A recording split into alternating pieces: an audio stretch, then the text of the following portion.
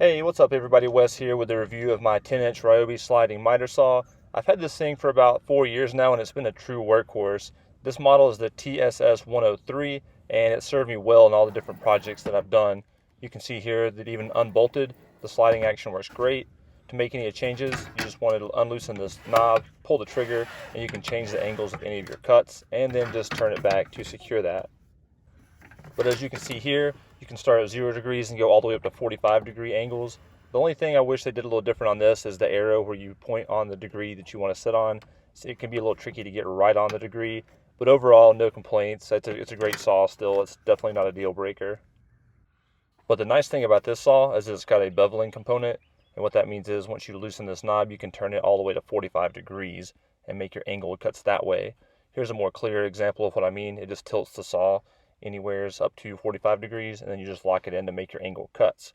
And since this thing's a compound saw, it means you can actually tilt that bevel and turn your bottom table, and that's going to be a compound cut. But this thing's definitely super capable, and it can even do cross cuts of up to 12 inches. This saw, like many others, just comes with a simple sawdust bag, and it attaches onto the back. You can see when you make your cuts here, all your shavings are supposed to go through there. Some of them do, but this thing fills up really quickly. All you have to do to empty it is pull it out. You can see here that the tube's also completely full, going down to the dust collector. But you're going to be emptying this thing a lot. The easiest way to do that is just to unzip the bag and then just shake it out somewhere. You could also use these shavings if you have something that you prefer to do with them. I usually just toss mine out. But either way, definitely plan on cleaning this thing out multiple times during your projects. It definitely fills up pretty quickly. But even then, it's no problem. It's still very simple. It just zips right back up and then sticks right under the back of the saw. So clean out is definitely a breeze. Now, even though I move my saw around quite a bit, if I wanted to, it's got these 4 bolt holes here, and you could actually use this to bolt it or screw it down to your workbench. Again, I don't use that at all. It stays in place pretty good. There's also some supports here for your cuts that you can extend out if need be. But all in all, I mean, it's a pretty sturdy saw. I'll just lay my pieces out and make my cuts wherever I may be, whether it's on a tailgate, on my patio, as you see here. And then, again, this saw is a sliding saw. This thing's still running pretty smoothly, even though it's about 4 years old with 0 maintenance.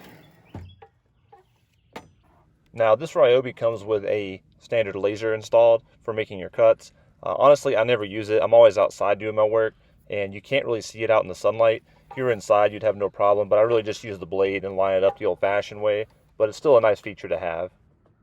And this saw comes in just under 36 pounds, so it's definitely maneuverable. It's a little harder to get around than just a regular compound saw, but the sliding action is definitely worth the benefit. And this is the original blade that I have on this saw. This is a 40-tooth carbide, and I've never changed it in the 4 years that I've had it, and it's still cutting very good. If I was going to make some really precise, fine trim cuts, I'd probably go ahead and upgrade to more teeth, but this thing has given me no issues even after 4 years of serious use. I've cut all kinds of stuff. Normally I'm cutting wood like you see here, but I've even done some pretty hardcore cuts.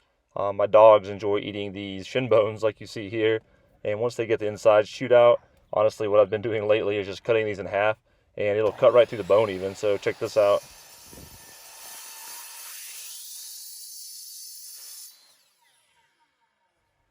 And just like that, we've got a nice clean cut, and this bone's been recycled for another use. We'll go ahead and toss these over to Hercules and Zeus, and they'll get another day of enjoyment out of these.